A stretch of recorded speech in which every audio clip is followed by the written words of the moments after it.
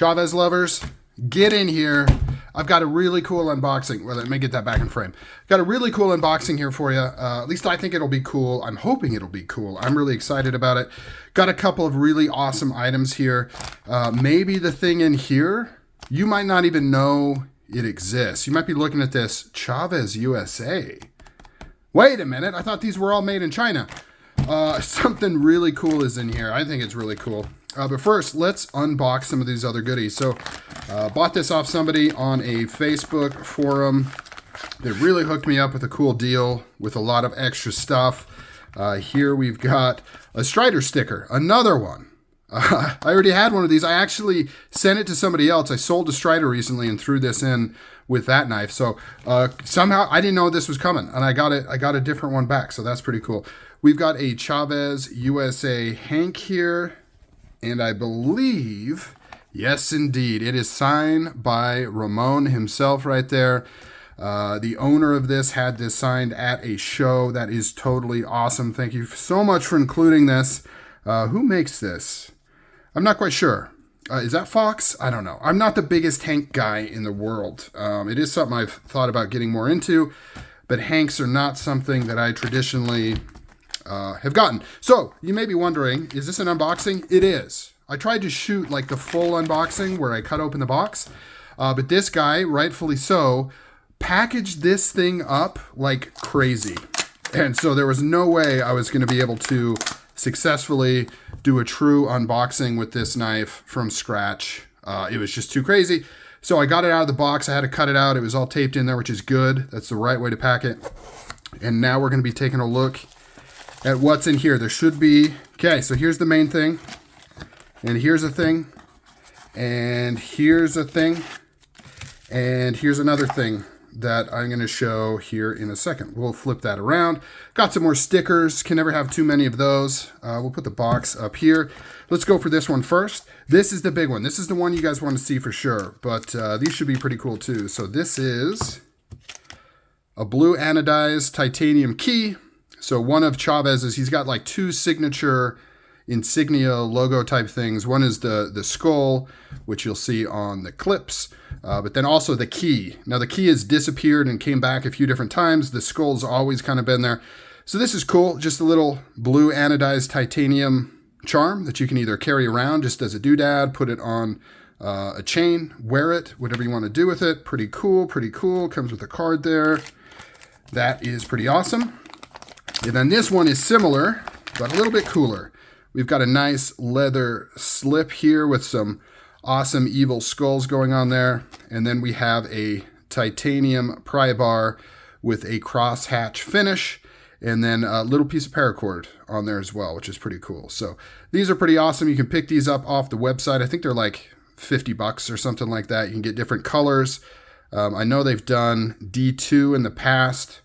Not just titanium. This one's in titanium. So this is cool. Nice and light. Carried around in this leather slip in case you ever need a pry bar, or, you know, it's cool for taking pictures as well, which is also awesome. So let's get into the main purpose for being here. It's adhesive right there. And here we go. There it is. You can see it's a knife. It is a knife. And it is not just any knife. It is a Custom Chaves Scapegoat. Woo! That is a thing of beauty. You can see his signature right there. Machined finished blade. This one is in 3V. Orange peel pocket clip with the skull. Number 12 right there. What a nice frickin' knife. And here is the certificate of authenticity.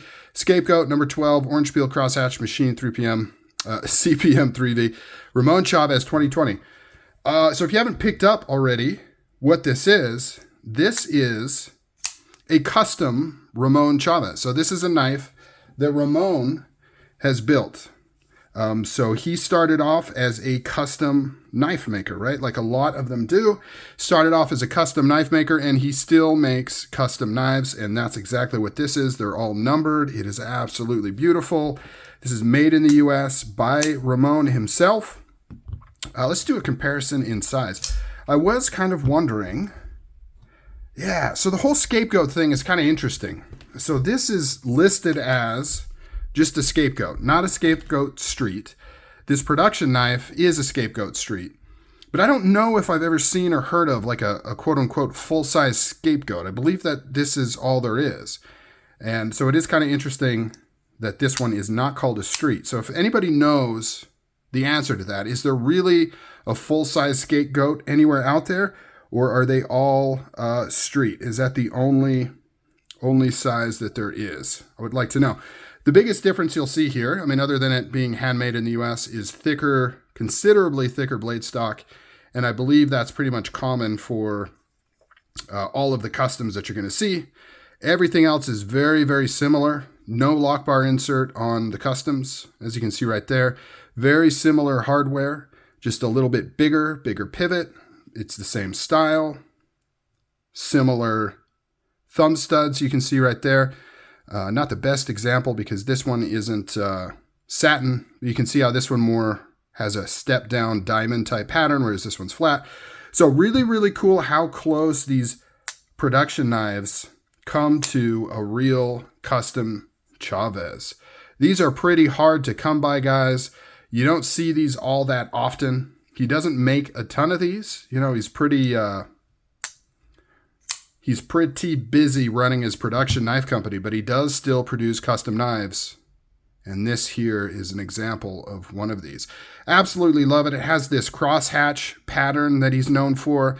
This has also been featured in a couple production knives. In fact, this latest release of these scapegoats, one of the variations that was offered was this pattern, but in like a blue and bronze anodization. They called it Blue Spice, I believe. So that's where this particular look comes from. Let's take a look at, oh, you can see it looks like, now I could be wrong, I'd have to measure this, but I think the titanium is thicker as well. So a much chunkier boy just all around on this custom. It gives it, really just fills out the hand. Huge choil, just like the production version. Beautiful action. Running on bearings. Just really, really well done on this knife here. Very simple, elegant, classic, and it's also cool that it comes in 3V, which you don't see too often on too many knives nowadays, or at least too many Chavez knives, let me say. Coincidentally, this one is also in 3V. As I say that, I'm like, oh, well, actually, this one's 3V, this one's 3V. I did not plan that, but this was very strange for a production Chavez knife to be in anything other than M390, having the 3V here. And just coincidentally, I've got a custom version of that same knife that also strangely is in 3V. All right, guys, let me know. Did you know that Ramon Chaves made hand-built custom knives? Comment down below if you were aware that that was something that even existed. I'm curious to see how many people are aware. I think out of all of the big production, kind of big names in knives, Chavez Knives is one of the more confusing ones, right? Because there's also production American-made knives. I mean, they're discontinued now, but Chavez did make knives in the US that were production knives. So I'll talk more about that later. I've got an example of that. I don't know what video is coming up first, but thanks for watching. Thanks for tuning in. Love you guys. You're awesome. I'll catch you later.